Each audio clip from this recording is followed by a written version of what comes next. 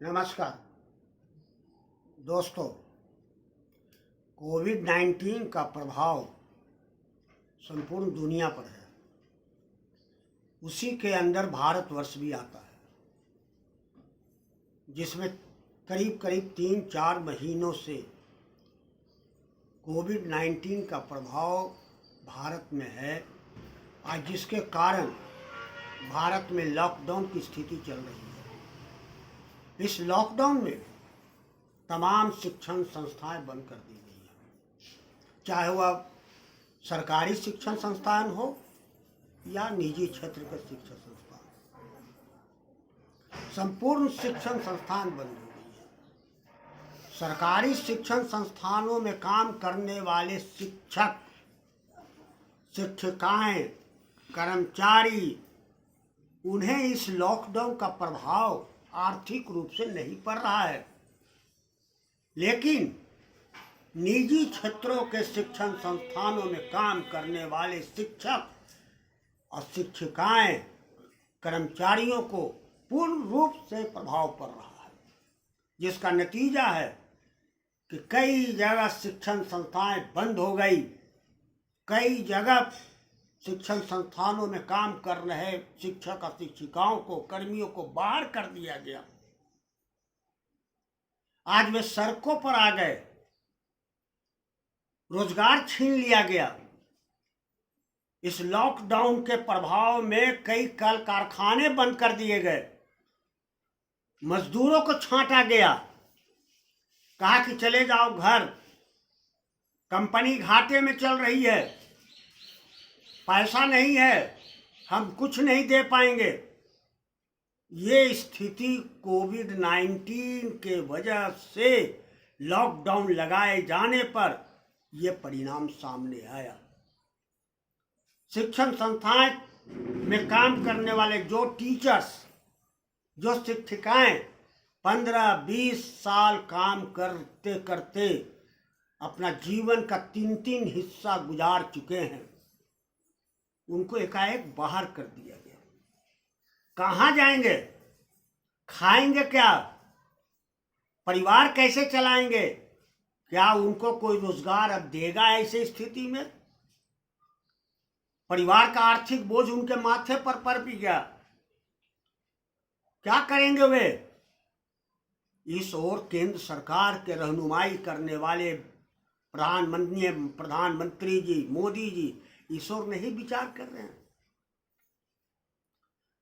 आज इस ओर उनका ध्यान नहीं है कि लॉकडाउन के वजह से जिनका रोजगार चला गया, इस समय कहीं रोजगार नहीं मिल रहा है। पढ़ा लिखा टीचर सब्जी बेचने को तैयार है, पढ़ा लिखा टीचर, पढ़े लिखी लड़कियां, शिक्षिकाएं घर में रोजगार, बाहर में रोजगार, फुटपाथ पर रोजगार करने को तैयार है। यही है भारत सरकार का देन, यही है देन। अरे आपदा पड़ी है तो इस आपदा का भारत सरकार की जिम्मेवारी है। एक और गार्जियन कहते हैं कि हम बच्चों का फीस नहीं देंगे स्कूल में, लॉकडाउन है। चलिए ठीक है, आप नहीं दे रहे हैं, प्रबंधन दे। प्रबंधन दूसरी ओर कहता है कि हमारे पास पैसा नहीं है। तो क्या होगा स्थिति? कौन जिम्मेवार है इसका? केंद्र सरकार के रहनुमाई करने वाले प्रधानमंत्री जी, माननीय मोदी जी, और उनके जो भाजपा के लोग हैं, उनको फिक्र नहीं है कि आखिर उनका पेट कैसे चलेगा, परिवार का जीविका कैसे चलेगा। पढ़ा लिखा टीचर अंडा बेचेगा, पढ़ा लिखा शिक्षित व्यक्ति फुलौरी छानेगा। मोदी जी कहते हैं ना, फुलौरी छानो, पकौड़ी बेचो। देश का पढ़ा लिखा नौजवान फुलौरी या पकौड़ी बेच करके रोजगार चलावेगा। यही है भारत का दुर्दशा। इसका जिम्मेवार कौन है? भाजपा के लोग, माननीय प्रधानमंत्री जी। खुले रूप में हम कहना चाहते हैं, मोदी जी का कहना क्या है? सुबह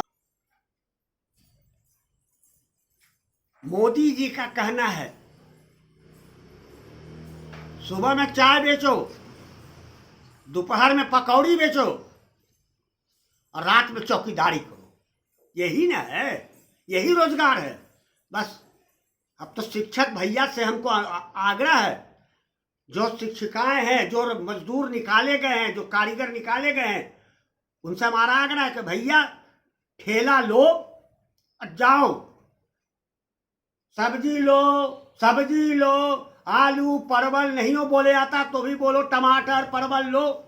यही ना करोगे, यही करना बाकी रह गया है इस देश में। अब माननीय प्रधानमंत्री जी और उनके जो पार्टी के लोग हैं, जो बड़का बड़का कंठवा मालवा लेके घूमते हैं, उनको बस आराम है, ठीक है, अच्छा लग रहा है देश, हम तो रोजगार दे रहे हैं, ठेला चलाओ। यही स्थिति बना दिया गया है केंद्र सरकार। पेट्रोल और डीजल का दाम इसी तरह से बढ़ा दिया गया। कहा भाई तुम कुछ न करेंगे, बढ़ जाए।